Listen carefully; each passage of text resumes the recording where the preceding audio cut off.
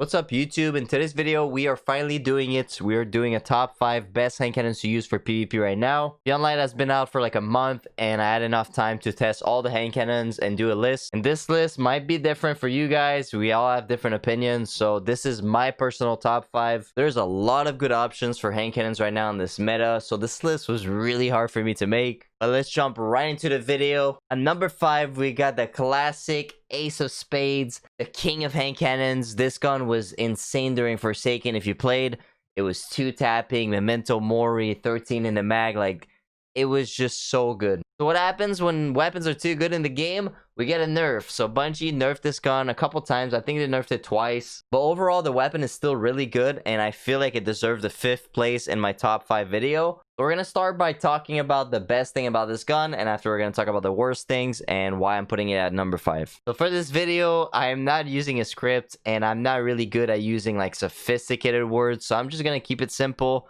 So Ace of Spade is a 140 RPM hand cannon. You all know this gun. The special perk on it's Memento Mori. Every time you get a kill, you basically get this damage boost. It's like a kill clip or a rampage, and it's letting you do like extra damage. Doing extra damage is actually going to increase the range on your hand cannons. You're going to kill at a further distance, and overall Memento Mori is a really good perk, and this hand cannon is really useful for like quick play.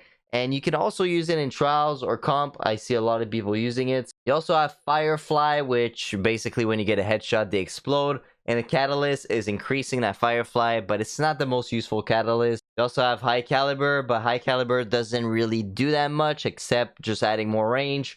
But overall, Ace of Spade, really fun hand cannon. I feel like it's really easy to use. The scope is amazing. You got a bunch of ornaments that you can put on it too. Incredible, right? And the best thing about this gun, like I said, it's easy to use because the recoil direction is at 100%. So every time you shoot, the weapon is just going to go vertical and it's going to be right in the middle of your screen. So it's pretty easy to just land your shots. And the range is also at 86, like I said. But the worst thing about this gun, here we go. That's why this gun is at the 5th place. It's because it's an exotic, and for some reason in Destiny, like, exotics are worse than legendaries. So, like, Bungie needs to fix that. But the main reason why exotics are bad compared to legendaries is the fact that you can't put Icarus. Jumping in Destiny 2 is one of the most important thing in the game right now, and you don't really want to use a weapon that doesn't let you get that 100% in air accuracy. So, and also with Ace of Spade, they did a nerf. Basically, when you switch weapons and you have Memento Mori, you lose your perks. So that's not really useful when someone's pushing you with a shotgun. You gotta switch your shotgun and defend yourself. Or if someone's far, you can't really switch to the sniper because you lose the perk. So that nerf really kind of killed the weapon for me, but it's still a pretty good weapon overall. At number 4, we got the Sturm, probably one of my favorite hand cannon in the game. It's a 120 RPM hand cannon. It's an exotic, so no Icarus once again. But overall, the weapon, incredible. Like, it really feels like a 120. The recoil is perfect, in my opinion. The scope is amazing. And this thing hits like a truck. Like, the impact is at 92.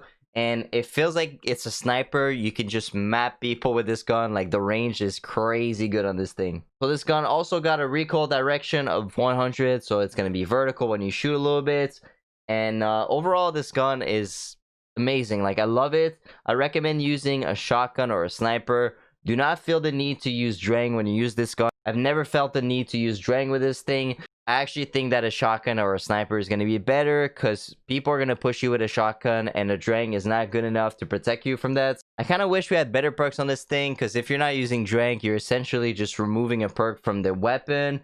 And the other perk is Combat Grip. It's just adding +10 recoil. So if we had better perks like Rangefinder, Opening Shot, this gun could be like insane. You also want to get the Catalyst because it's adding a lot of handling and you get this extra range too. So definitely get that. Overall, this gun is really good. It's amazing for quick play. You can get some 2-taps if you use the Drang. And you can even get some 1-taps if you use like something like the Stasis damage boost or Frontal Assaults or Inertia Override. So I love to use this gun in quick play. It's really fun. And that is why this gun is at number 4. On number 3, you guys are going to be surprised, but I'm going to be putting the Dire Promise there. When Beyond Light started, I thought this gun was still going to be meta and the best hand cannon to use, but it's actually number 3 now. Dire Promise, a 140 RPM legendary hand cannon. You guys all know this gun. We've been using it for a couple seasons now. And this gun is probably the easiest hand cannon to use because the aim assist at 92. So, like, It's just sticking to people on controller or even MNK. So that's why it's so popular. And also it's a lightweight frame, so the handling on the weapon is super high. So you can swap to this gun really fast. It was such a good combo to use with a quick draw shotgun, and you can still use it right now. I still feel like this gun can compete probably on small maps like Cauldron or like Javelin and Endless Veil. Like small maps, this gun is going to be good. But on bigger maps, 140 RPM hand cannons are getting outshined by 120s. So I definitely recommend using this gun on a smaller map. And if you're not really good with 120s, definitely use this gun. Like I said, it's so easy to use Dire Promise. And you could get so many good perks on this gun. You could still obtain this weapon. It's basically a random drop. So try getting the God Roll, Ricochet rounds, opening shots, and rangefinder or swashbuckler is really good too. And obviously a range masterwork and sure shots or fast draw or something like that. And if you already have the God Roll, make sure you keep it, put it in the vault. Maybe Bungie's going to nerf 120s, and as soon as they nerf 120s, I think this gun's still going to be the best. But moving on the second place, we got the Steady Hand. This is a 120 RPM hand cannon. It's basically a cheap True Prophecy, and you can obtain it by playing Iron Banner. Why am I saying a cheap True Prophecy? It's because you can get better perks on True Prophecy. The perks on the Steady Hands are kind of bad. I think the God Roll is the max range with Killing Wind and Swashbuckler. I recommend getting a Swashbuckler one because you want to be able to get those 2 taps. It's going to save your life in multiple situations. For example, you shoot one guy, you're basically one shot, but you have that Swashbuckler for like a second or 2, and you 2-tap the other guy, and you can win the round. So this gun is really easy to use. I'm kind of sad that Bungie removed True Prophecy to replace it by this gun, because True Prophecy is still better. But I was pretty happy about this gun. I think it's a good option if you don't have True Prophecy. The range is incredible. It's a 120. The aim assist, actually not bad. 70, recoil direction, 85. The big problem for me with this gun was the magazine. You only start with 8 bullets compared to True Prophecy. You start with like 10 or like 11. Because having 8 bullets in a hand cannon is kind of weird for me. I need 9 bullets so I can get like 3 kills, 3 headshots. If you forget about the magazine, this gun is so good. Like this, we're in a 120 meta, and I definitely recommend using this gun. And at the number 1 spot, you guys already know, it's the unattainable True Prophecy. If you don't have this gun, just stick with Steady Hand. But if you do have this gun somewhere in the vault, even if you don't have the good perks on it, this gun is truly the best hand cannon right now. You're going to see it in trials everywhere, in comp, even in quick play. I've been using it for a couple weeks now, and it's absolutely incredible. So what's so special about this gun? It's a 120, like I said. The 120s are just dominating right now. The Impact 92, the range is incredible. I'm not going to talk a lot about this gun. It's basically the Steady Hand, but with better perks and better stats. You can get stuff like opening shot, rangefinder.